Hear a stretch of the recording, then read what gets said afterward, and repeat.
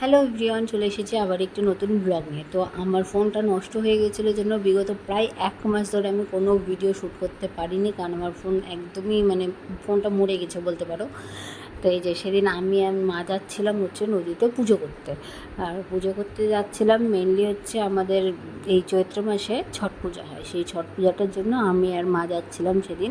আমাদের এই ওয়েস্ট বেঙ্গলে এই ছট পূজাটা খুব একটা হয় না বা সবাই অতটা জানে না, কিন্তু এই চৈত্র মাসেও একটা ছট পূজা হয়। সবাই মিলে ওই কার্তিক মাসে যে ছট পূজাটা হয় সেটাই করে। তো এই যে আমরা নদীতে গিয়ে মা আগে যেখানে পুজো করবে সেই জায়গাটা সুন্দর করে হাত দিয়ে মুছে টুছে নিয়ে টিয়ে মা যদিও বাইরে থেকে স্নান করে এসেছে, কিন্তু নিয়ম হচ্ছে নদীতে গিয়ে স্নান টান করে পুজো করতে হবে। তো আমাদের যেহেতু বাড়ির কাছাকাছি নদী, তো ওই জন্য মা স্নান টান করে পুজো করতে চলে গেছিলো। আর এই পুজোর জন্য লাগে হচ্ছে 5টা পান, 5টা কলা, 5টা সুপারি আর 5টা লাড্ডু, আর সাথে প্রদীপ দিয়ে ধূপকাঠি রেখে সুন্দর করে ঘাট নিমন্ত্রণ করতে হয় মেনলি পুজো করার আগে। তো এই যে মা ওই যে স্নান করে নিচ্ছিল, আর সত্যি সেদিন জলটা দেখে দেখো মনে হচ্ছে না অনেকটা জল, কিন্তু জলটা এতটাই কম, গোটা নদীতে ওই ধরে নাও কোমর পর্যন্ত হাঁটু পর্যন্ত এরকমই জল। সাঁতরে যারা সাঁতার জানে তারা এপার থেকে ওপার ইজিলি চলে যেতে পারবে।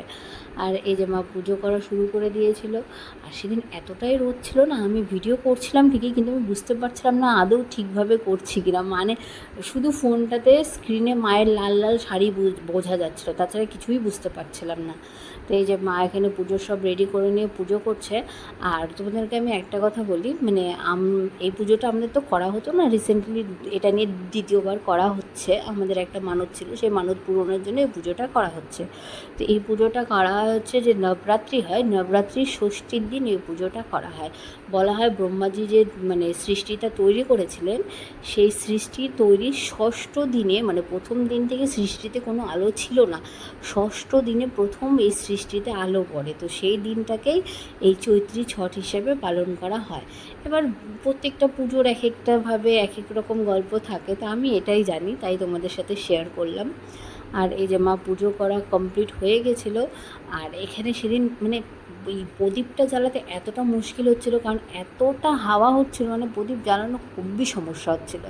তো আমার মা আর আমার মামাতো বোন আছে, দেখতেই পাচ্ছ ভিডিওতে, ও দুজন মিলে আর কি চেষ্টা করে জ্বালিয়েছিল। আর এই যে তারপরে বাড়ি চলে এসেছিলাম। বাড়িতে আজকে ছিল যেহেতু স্নান করা হয়ে গেছিলো, ঘাট নিমন্ত্রণ হয়ে গেছিলো, তো নাহাই খাই স্নান করে এসে খাওয়া দাওয়া। তো মা স্নান করে এসে বাড়িতে আমি আর মা আবার রান্নাবান্না বসালাম তাড়াতাড়ি করে। রান্নার মধ্যে ছিল সেদিন খেতে হচ্ছে লাউ ভাত, তো লাউ করা হয়েছিল, মা এখানে লাউ করছে। আর হ্যাঁ, একটা ব্লগে এতগুলো পুরো পূজার ভিডিওতে দেওয়া সম্ভব না, তো নেক্সট ভিডিওতে অবশ্যই তোমাদেরকে দেখতে হবে। আমার তোতলামিটাকে প্লিজ একটু ইগনোর করো, আর লাইক কমেন্ট অ্যান্ড শেয়ার করো, আর অবশ্যই সাবস্ক্রাইব করো। দেখা হচ্ছে নেক্সট ব্লগে। Thank you.